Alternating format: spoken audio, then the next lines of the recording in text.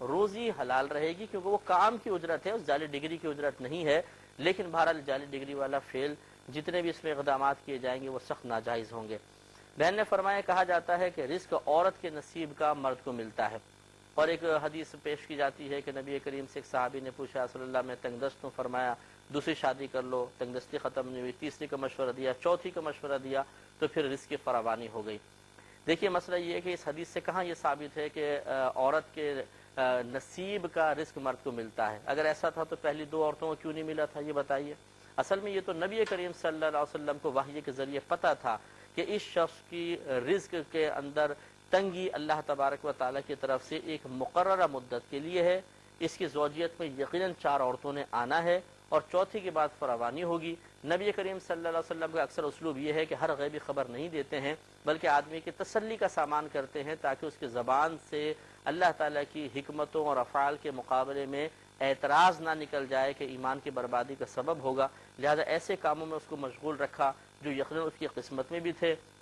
وہ یقیناً اس کے ساتھ ہونے بھی تھے، اور آخر کار ایک وقت آیا کہ جو اللہ تبارک و تعالیٰ کی مرضی کے موافق وقت تھا اس میں اس کی تنگ دستی دور ہو گئی۔ تو ایسا نہیں ہے، ہر شخص کو اس کے نصیب کا رزق ملتا ہے، یاد رکھیے، مرد کو مرد کے نصیب کا ملے گا، عورت کو عورت کے نصیب کا ملے گا۔ ہاں یہ ضرور ہوتا ہے، اس میں کسی کا انکار نہیں ہے کہ بعض اوقات اللہ تبارک و تعالیٰ کسی کے نصیب کا رزق دوسرے کے ذریعے اس تک پہنچاتا ہے، جیسے بیوی ہے کہ وہ اگر کماتی نہیں ہے، ہاؤس وائف ہے، تو یقیناً شوہر پر نان نفقہ لازم قرار دیا۔ اب اگر شوہر اس کو کھلاتا ہے پلاتا ہے تو یہ عورت کی قسمت میں پہلے ہی لکھا ہوا تھا، یہ عورت کے نصیب کا تھا، لیکن اللہ تعالیٰ نے دیا پہلے شوہر کو، پھر عورت تک پہنچ گیا۔ اس نظریے میں کوئی حرج نہیں ہے، اور اس میں کوئی بیوی ہی خاص نہیں، ماں کا رزق بھی تو ہوتا ہے، باپ کا بھی ہوتا ہے، دوست احباب کو کھلاتے پلاتے ہیں تو ان کا رزق بھی ہمارے ذریعے ان تک پہنچ جاتا ہے، اس میں پھر بیوی کی کوئی تخصیص نہیں ہے۔ امید ہے کہ آپ بات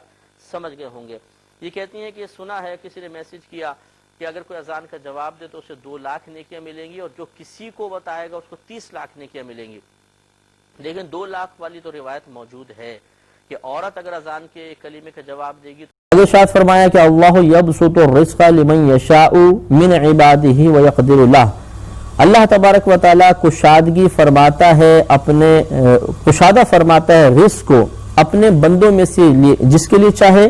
اور اپنے بندوں میں سے جس کے لیے چاہے اسے تنگ کر دیتا ہے۔ اس سے معلوم ہوا کہ روزی کی تنگی یا روزی کی کشادگی اللہ کی طرف سے ہوتی ہے۔ ابھی جو بیچارے بعض لوگ کہہ دیتے ہیں جی رزق میں بندش ہو گئی ہے، تو بندش کا مطلب اگر یہ لیا جائے کہ اللہ تبارک و تعالیٰ تو دینا چاہتا تھا، اللہ تبارک و تعالیٰ نے تو لوح محفوظ پہ اس بندے کے لیے رزق کی تقسیم رکھی تھی، لیکن انہوں نے جادو کر کے اس کو روک دیا، تو معاذ اللہ یہ کفر بھی ہو سکتا ہے۔ اس لیے کہ اس وقت ہم اقرار کر رہے ہیں کہ کسی شخص کے جادو نے، کسی کے تعویذ ٹونے نے، کسی کی دعا نے اللہ تعالیٰ کی تقسیم کو بدل دیا، اور معاذ اللہ یہ کفر ہے۔ اور اگر بندش کا یہ تصور ہو کہ اللہ تعالیٰ خود بعض اوقات بندوں کے رزق کو روک لیتا ہے،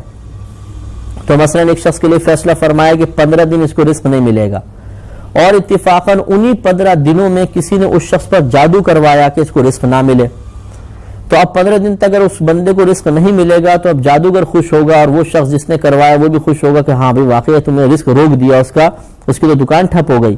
تو یہ دکان حقیقتاً کس نے ٹھپ کی ہے؟ کیا جادوگر نے؟ نہیں، بلکہ اللہ کا فیصلہ یہی تھا۔ تو بعض اوقات ایسا ہوتا ہے کہ کسی کی شیطانیت